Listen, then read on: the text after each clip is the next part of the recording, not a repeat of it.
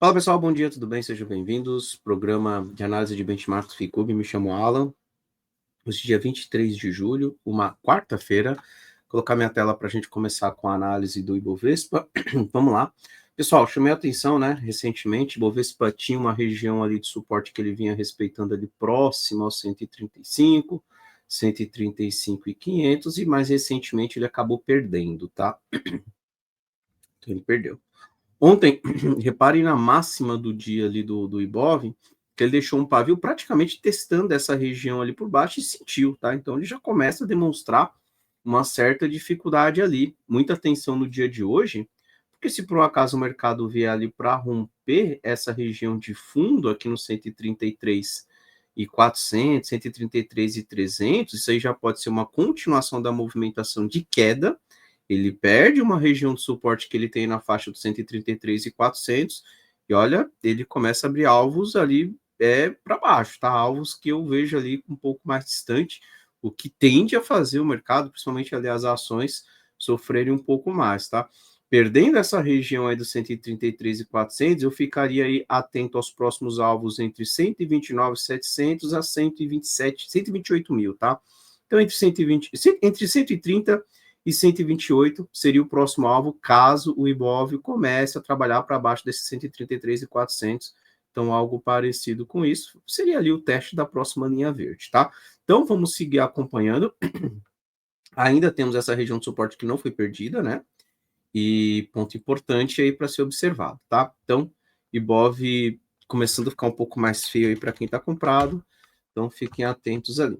Gráfico do dólar, né? O dólar, ele está consolidado, né? Ele tem uma consolidação maior, se você olha tempos gráficos maiores, né? Então ele tem esse suporte aqui na faixa dos 5.430 e tem essa resistência na faixa dos 5,70.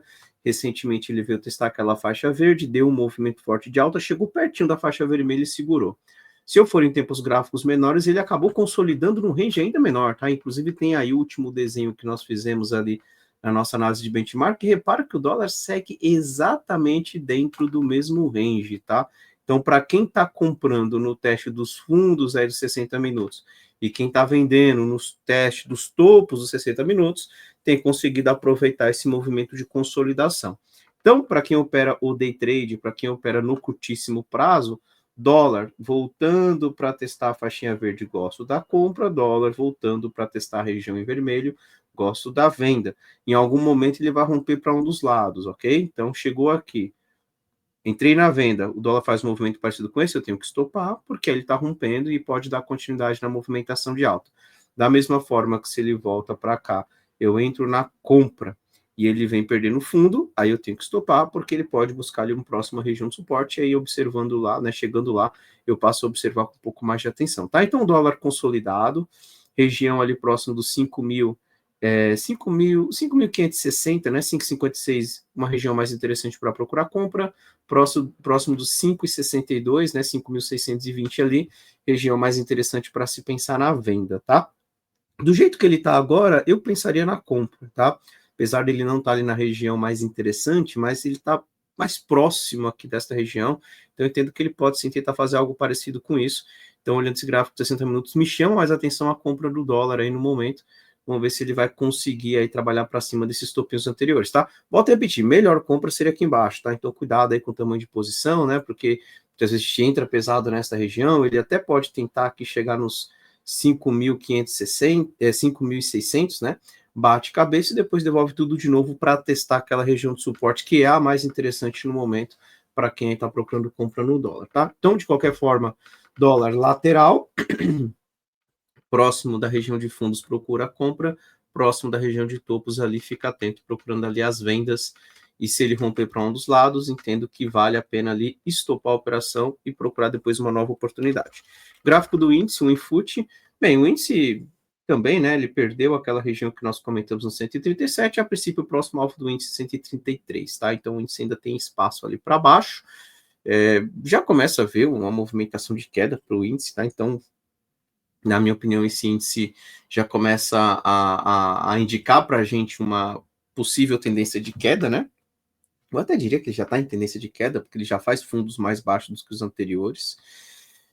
Eu não considero que isso aqui é um topo, tá? Mas eu entendo que ele está ainda numa pernada de queda, né? Eu entenderia que ele está marcando um topo mais baixo a partir do momento que ele faz um repique ali, por exemplo, que nem esse aí que eu desenhei, né? Um movimento um pouco mais forte ali para cima de correção, e aí ele começa a falhar. Aí sim, aí eu considero que ele começa a marcar topo mais baixo, né? E fundo mais baixo do que o anterior. Isso indica para a gente o início de uma movimentação de queda, e aí a gente pode ver esse índice aí dando continuidade na movimentação de queda, tá? Então o índice é para baixo, a princípio ele tem um próximo alvo no 133, né? Então seria essa região aqui que nós marcamos em verde. É claro que no meio do caminho ele pode sim ter um repique, se ele fizer um repique até a região do 137.800, até a região dos 138.000, veja ali como um ponto de resistência, onde ele tende a bater cabeça e mandar para baixo, tá? Então, olhando o diário do índice, eu estou entendendo que ainda segue uma movimentação mais favorável ali para a queda, tá? Vamos dar uma olhadinha aqui no gráfico intraday, né? Para quem opera o day trade. Então, vamos lá. Vamos lá, pessoal. Bem, tem uma região de resistência, a região do diário, né? Essa região que trabalha como resistência. Repara que ele vem trabalhando abaixo dela, inclusive ele chegou a perder aqui por volta do dia 15, ele já bateu cabeça algumas vezes ali quando ele tentou chegar perto, né? Então ele acaba até no tempo gráfico menor, aqui o gráfico de 60 minutos, tendo bastante dificuldade de trabalhar para cima desses 137 mil. Agora ele começa a marcar para a gente, se eu só dar uma limpada aqui para não ficar um monte de coisa, ele começa a marcar para a gente uma resistência nesse gráfico de 60 minutos na faixa do 136, tá? 136, 136 e 100, né? Então, é um ponto de dificuldade. Toda vez que ele chega por aqui, cuidado para quem estiver comprado, porque ele tende a falhar. E olha a movimentação que ele fez. A ideia pro gráfico de 60 minutos é que ele volte para testar esse fundo no 134.200. No momento, ele já fez um movimento, tá? Então, vender agora eu acho que fica um pouco mais arriscado, até porque você não tem uma boa relação risco-retorno. Vamos acompanhar a reação dele no 134. No momento, eu não faria nada no índice, não, tá? Eu acho que está um pouco mais arriscado tentar uma venda nesta região, porque ele já esticou. Comprar também fica difícil, porque ele vem na movimentação de queda, tá? Ele fez esse movimento aqui, né? A falha dele ali na região de resistência foi no dia de ontem, né? Ele acabou falhando ontem ali no 136 e já mandou para baixo. Aqui ele começa a perder. Olha, quer tentar uma vendinha aí, acreditando que ele venha testar aqui o 134? Eu tentaria se ele... é que ele acabou voltando aqui no candle das 9h15, né? Se ele voltar aí para testar esse 135 novamente e começar a demonstrar uma dificuldade por ali, eu ainda tentaria alguma coisa acreditando nisso, tá? Se ele voltar a trabalhar para cima do 135, aí eu tomaria cuidado aí com uma venda, né? Porque ele pode estar consolidando, ele tem um suporte aí pela mínima 72, apesar da inclinação ser negativa, tá? Então, apesar dele ter um suporte aqui, não dá para confiar muito, né? Os rocks todos abaixo de zero, então isso faz com que a inclinação da mínima fique negativa. Então, eu ainda vejo como mais provável para baixo. Eu diria o seguinte, abaixo de 135 gosto mais da venda.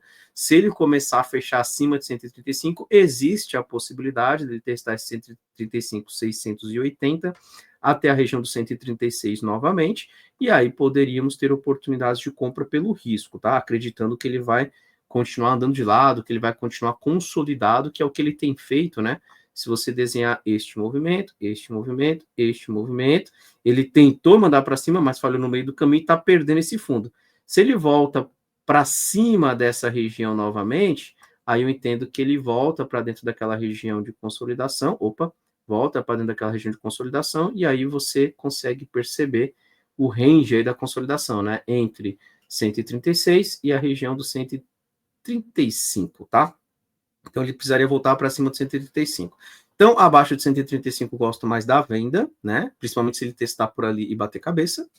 Se voltar acima de 135, aí eu já começo a ver a possibilidade dele voltar para testar os topinhos anteriores, e aí poderemos ter aí oportunidades de compra pelo risco, tá? Então, ponto importante aí no intraday, no curtíssimo prazo, aí os 135 mil pro índice, tá ok?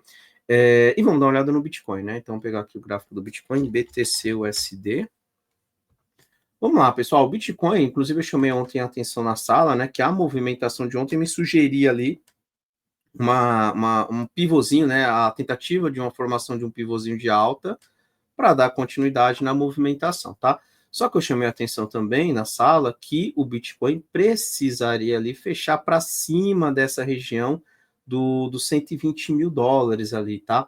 Repara o seguinte, ele deixou uma máxima ali, se você considerar o pavio, no 123, e fechou ali naquele dia que ele renovou a máxima histórica na faixa de 120 mil.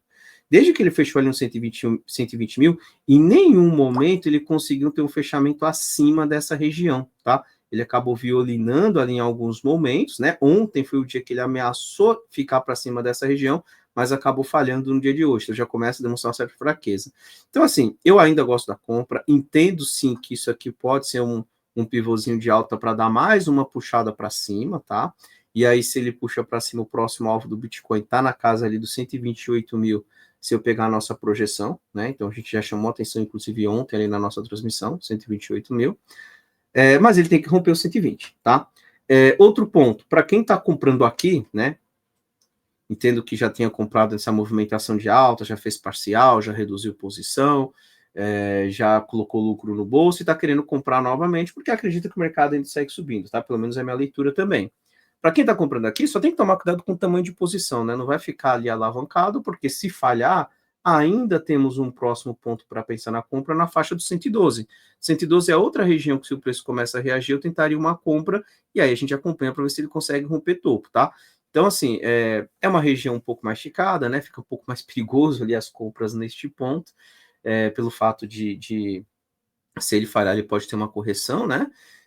Inclusive, se ele falhar por aqui, eu estou comprado nessa região, eu estoparia, se ele perder aí o 115, 116, e tentaria uma nova compra no 112.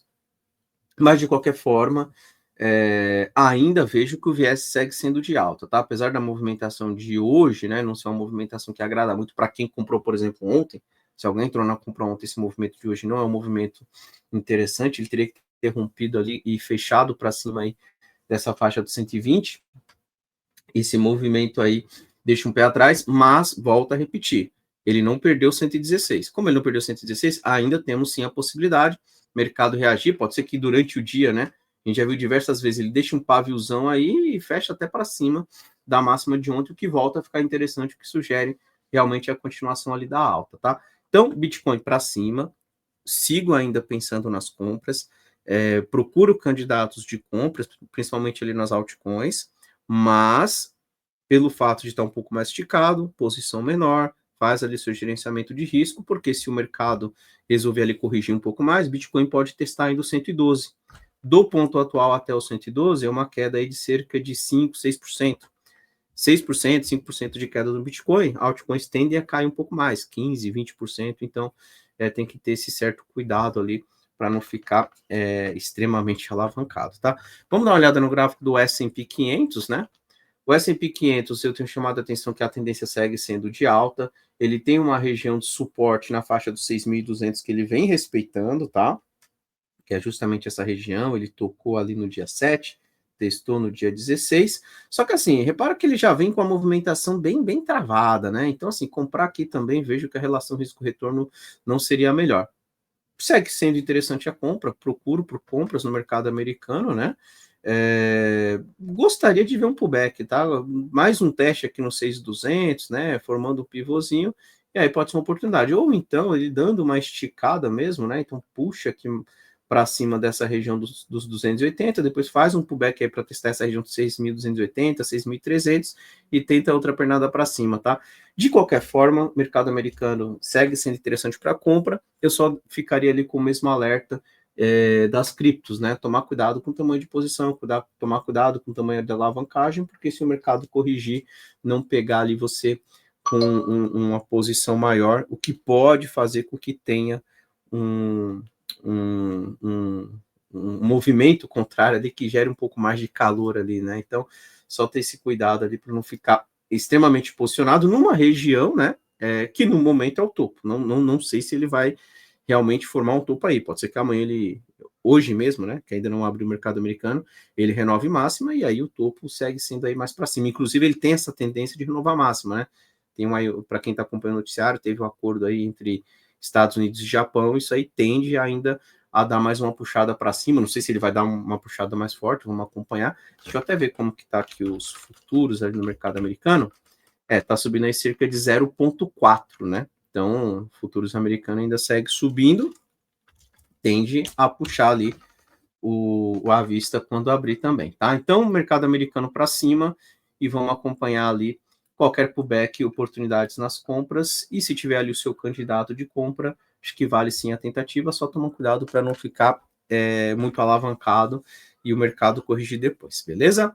Bem, pessoal, vou encerrando por aqui, desejo para todos um excelente dia, bons trades, e mais tarde temos nosso programa de cripto e também o nosso programa Tendências com o Mestre Boa ali, para avaliar como foi a movimentação aí dos ativos durante o dia. Abraço a todos, lembre-se, né, de dar uma olhada na descrição do vídeo, aí tem os links do nosso aplicativo Ficube e também tem os links ali para quem deseja assinar o nosso gráfico web e ter acesso a todos os recursos ali de inteligência artificial, Prisma, né, para selecionar as melhores ações e também os modelos ali com os indicadores Ficube, ok? Abraço a todos, até mais tarde, tchau, tchau.